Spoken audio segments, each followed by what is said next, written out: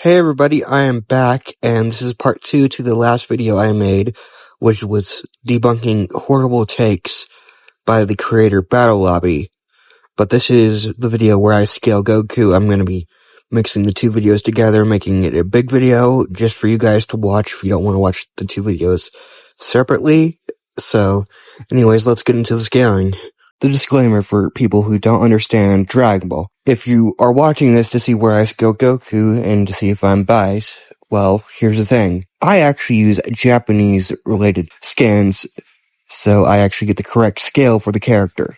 Anyway, since we got the disclaimer out of the way, let's actually get into the scaling now. Okay, Namek Saga Goku. Many people downplay him to planetary or just freaking star level, but I have a few scans to otherwise prove my point, but we're going to be talking about his feats and statements before we even get into the final scale. Before we scale Namek Saga Goku, we're actually going to have to show how strong Saiyan Saga Goku was before we scale Namek Saga Goku. At the beginning of the Saiyan Saga, Goku had a power level in the 400 ranges, and he was able to fight Raditz, who was absolutely stronger than he was, but with an incredibly hard time, with Raditz being stronger than Piccolo, who blew up the moon very easily. This is the calculation we are going to use to calculate how fast the blast was going to get to the moon in order to say how fast and how much stronger Raditz was at the time compared to Piccolo and Goku. Now if I put this equation into a speed calculator, we are going to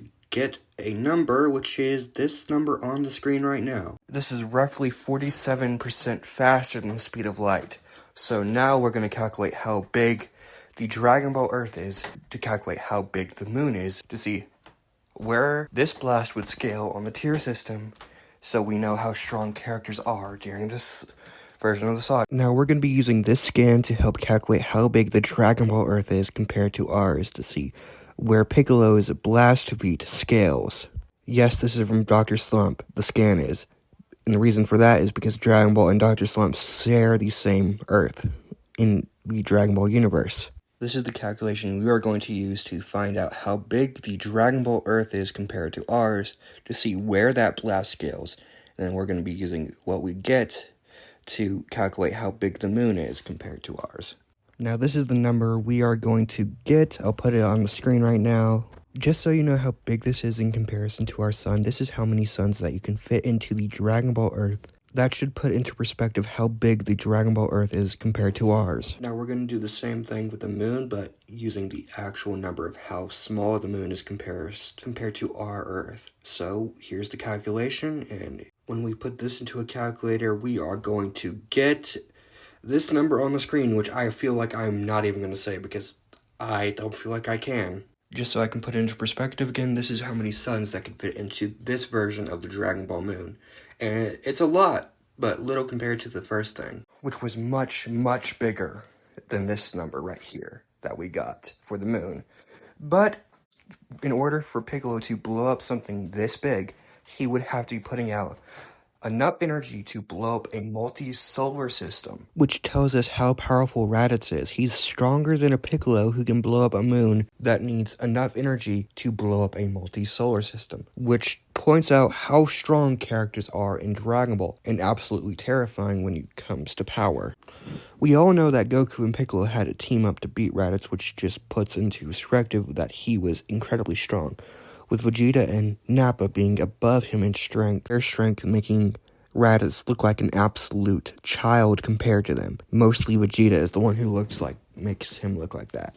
And if we know that Piccolo has enough power to blow up a multi-solar system thanks to the moon calculation, Vegeta would just be stronger than Raditz, who's stronger than Piccolo, so Vegeta would be in the galaxy level range. This scan shows us the power levels of the characters in the Saiyan Saga that we can calculate, but the main ones we are going to focus on is Goku's with his Kaioken, as well as his power level, to get the estimate of his power level he had when he used Kaioken times 4 to see where he scales real quick, and show how strong he is in this saga, so we can move on to the next saga, which is the saga I promised. You should be seeing Goku's power level of 8001 on the screen right now, so we're going to be adding to it using the multipliers of Kaioken he used during this saga, plus subtracting Vegeta's base grade 8 form against the power level we get from Goku to see how much weaker Goku was from Vegeta in his grade 8 form. Now we're going to be doing the calculations. You can see the number on the screen. We're going to be timesing this by 2, and then the number we get we're going to be timesing by 3 and then 4. And the answer we're getting from timesing 8,001 times 2 is 6,002.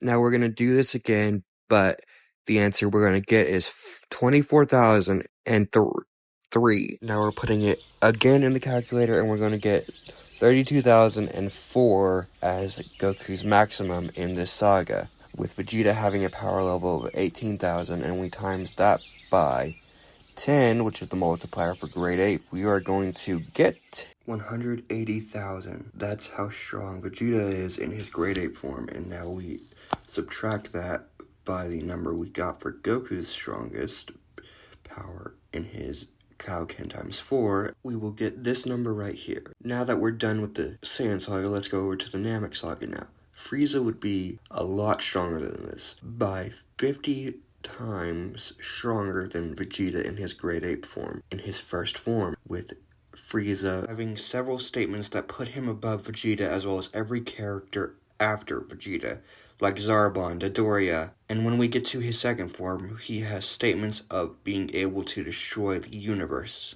As we can see from these scans, telling us that Frieza in his second form has enough terrifying power to destroy the universe. With King Kai and Goku being the ones that are saying that Frieza has enough power to destroy the universe in his second form.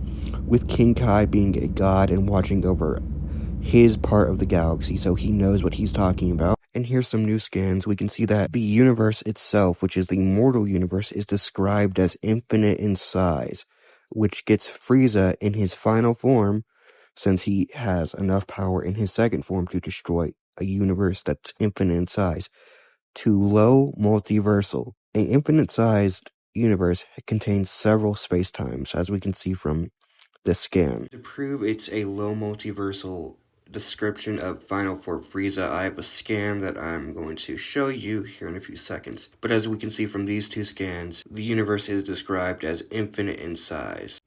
As we can see from the English translation that I did for the Japanese version of the scan. Now we're going to focus on why I think it's a low multiversal description of the universe. And you can see from these scans that I am not making this up. In the first scan, which has third form Frieza, it's described as Frieza having power in his third to final form from another dimension. And we know how Dragon Ball loves to use the word dimensions. Like, it uses the word dimensions countless times in the guidebook. Some dimensions have no concept of time or space, and some dimensions are just sub-dimensions, like the Sugoroku space or other dimensions. And remember, the way Dragon Ball uses dimensions is almost like Marvel or DC. They're described mostly lacking the concept for space or time, like the Sugoroku space, the otherworld, heaven, hell, Kaioshin realm, the world of the void. All those dimensions have no concept for time or space. And if we take this Frieza scan at face value, it would put Frieza in the low multiversal range of strength, which is very possible because the Dragon Ball universe is infinite in size, which encompasses several different spacetimes, and the galaxies in the Dragon Ball universe, which are just nebula of countless millions of stars, which are different from the galaxies in our universe, would probably be the size of our observable universe. Because there's 4 quadrants in the mortal universe of Universe 7, with the quadrants being giant galaxies, which would be the size of our observable universe, like I've said before. And Namek Saga Goku, when he's in Super Saiyan, is much stronger than this Frieza in his third form and final form, with Goku having a power level of 150 million, which is, let's do the math real quick in my head, 10 times or 20 times stronger than final form Frieza at his full power, which would put Goku above Frieza in that universal to low multiversal range of strength, which he would easily solo the One Punch Man verse in that saga alone. So, here's the conclusion. Goku versus Saitama has never been close. Goku has just better feats, better statements, as well as better categories in strength, speed, and stamina. With Goku's speed being much better because he reaches infinite speed in this saga alone, so here's the conclusion. This is not even a fight, this is a massacre. Goku is one-shotting Saitama easily. Before I finish off the video, I'm just going to point out some stuff. This Saitama versus Goku debate has been going on too long, and it's just plain dumb. Just accept Saitama is not beating Goku at all. Saitama is only solar system level at best if we use the shared feat, and if we're generous, he's galaxy level. But here's the thing. Goku in the saga can be scaled to universal to low multiversal if we use the right scans. So this has never been close at all. Anyways, love you guys, take care, hug your mother, pet your dog, and drink some water. Anyways, love you, bye.